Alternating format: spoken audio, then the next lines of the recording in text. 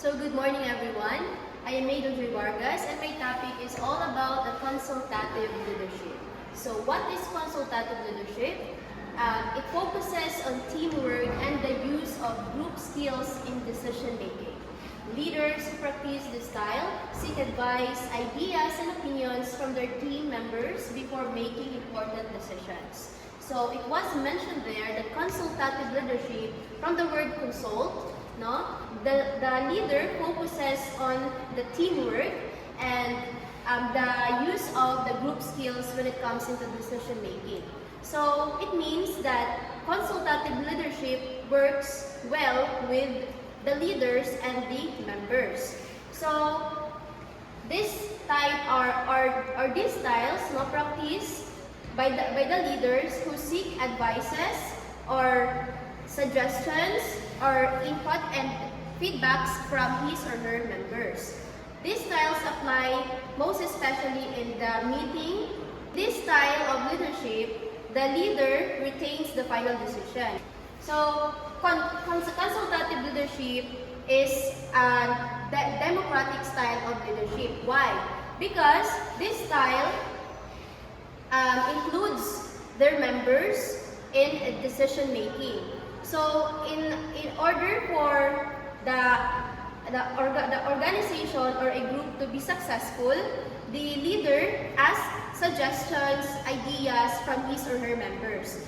To add, this style balances the team expertise and the strategic direction. Why?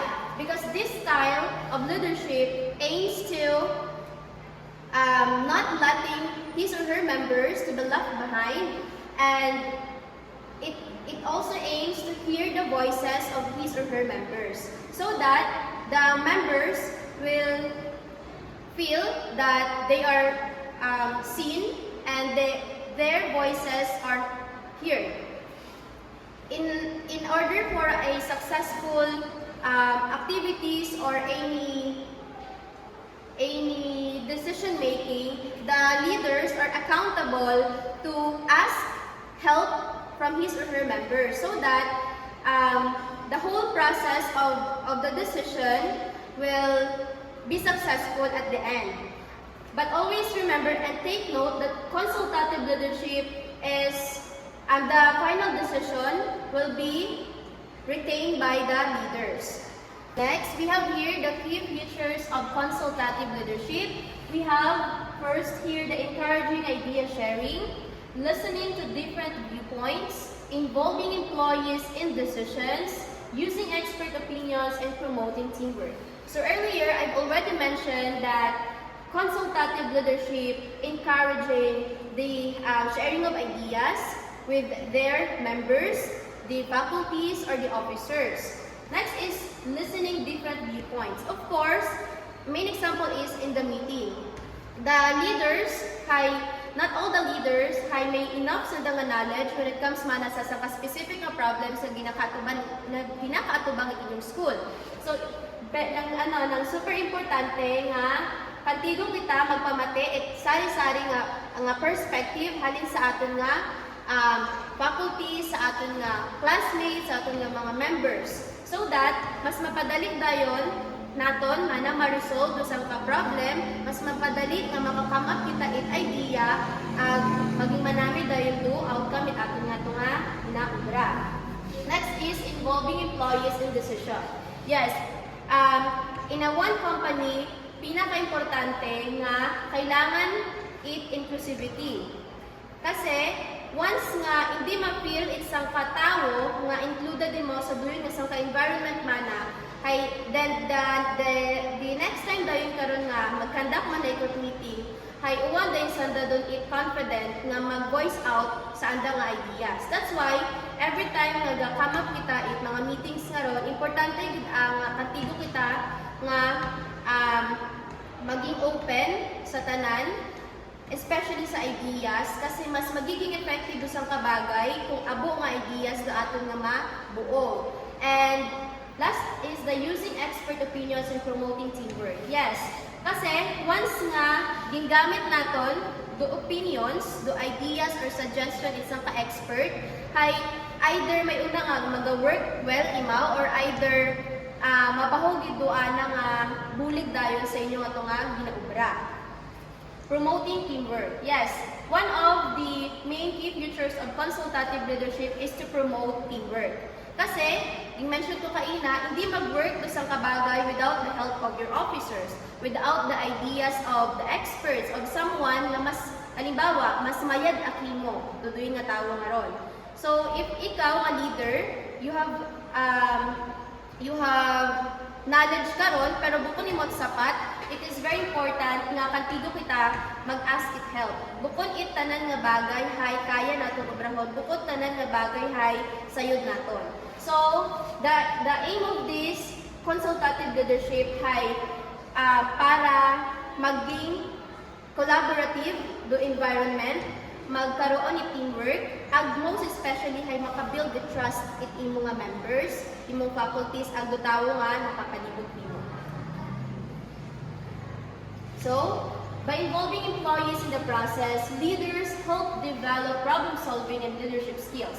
Yes, so hambaliya, once mo makita nga leader, kantigo kita mag-involve, kantigo kita nga i-include do atong nga employees pag-abot sa decision-making processes or kung sa alin mang klase na nga kinahangan itanda nga bulig, especially kung gaano ta kita sa problem-solving ang sa leadership skills. Di karon dayon mas nag-develop do anda nga sari-sari nga skills, especially sa anda nga leadership skills. Siyempre, halimbawa, bago pa lang duduyon nga ron nga officers nimo sa duyon nga situation.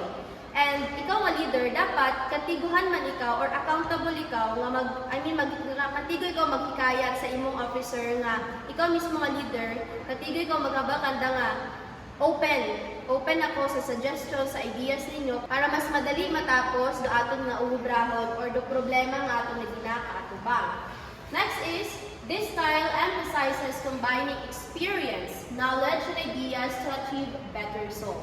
Yes, do daya nga consultative leadership hay since ga-consult ikaw, no, ga-pangayo ikaw it ideas, experience, knowledge, and para maging manami do result it inyo nga ginaobra.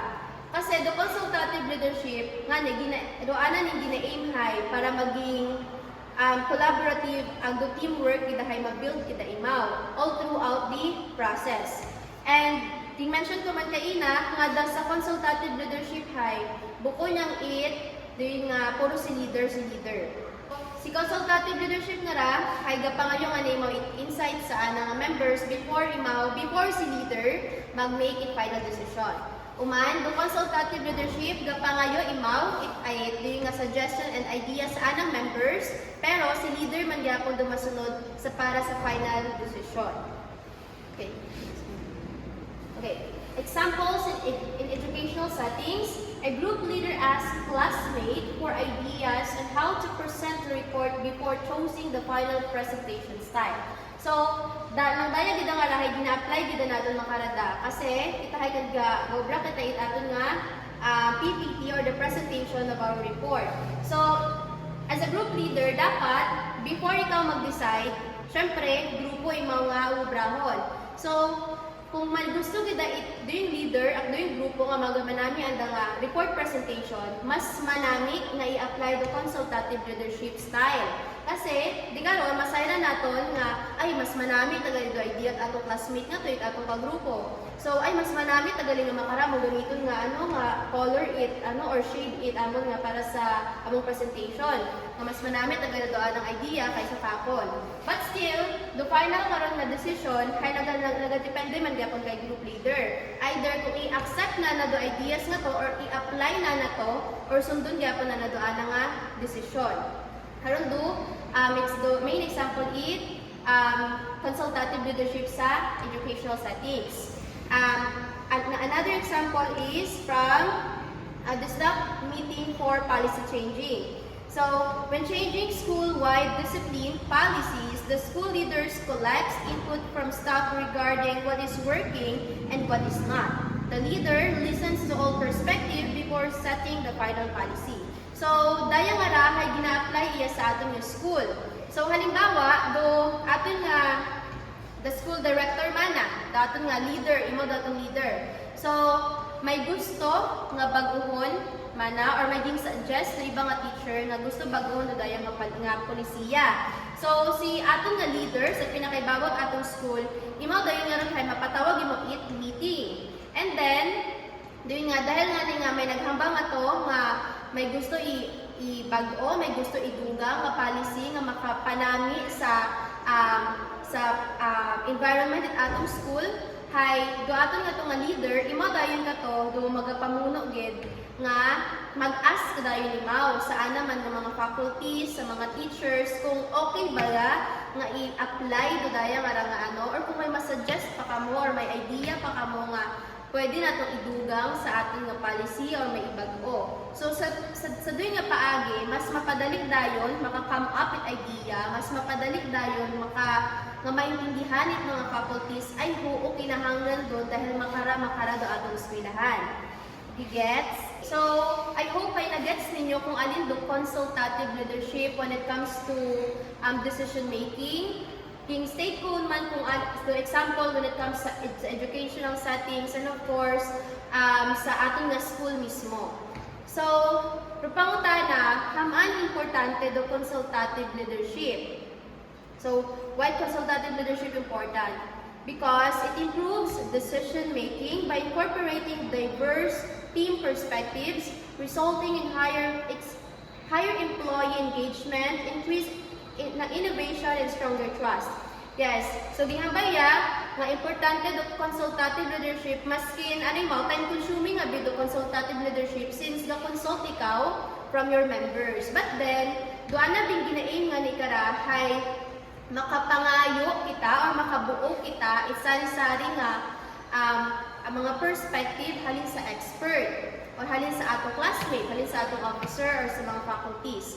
So that kung may gina-solve ka mga problem, mas mapadali imaw, mas manami imaw, ang nag-build imaw in trust and teamwork and collaboration. Kasi do consultative leadership, since gihamba ko nga mas nag-boost dayon the trust, tawo nimo mana do faculties and members hay nag-aim man imaw doon nga magapanami dayon do bilog nga process pagabot sa imo nga desisyon.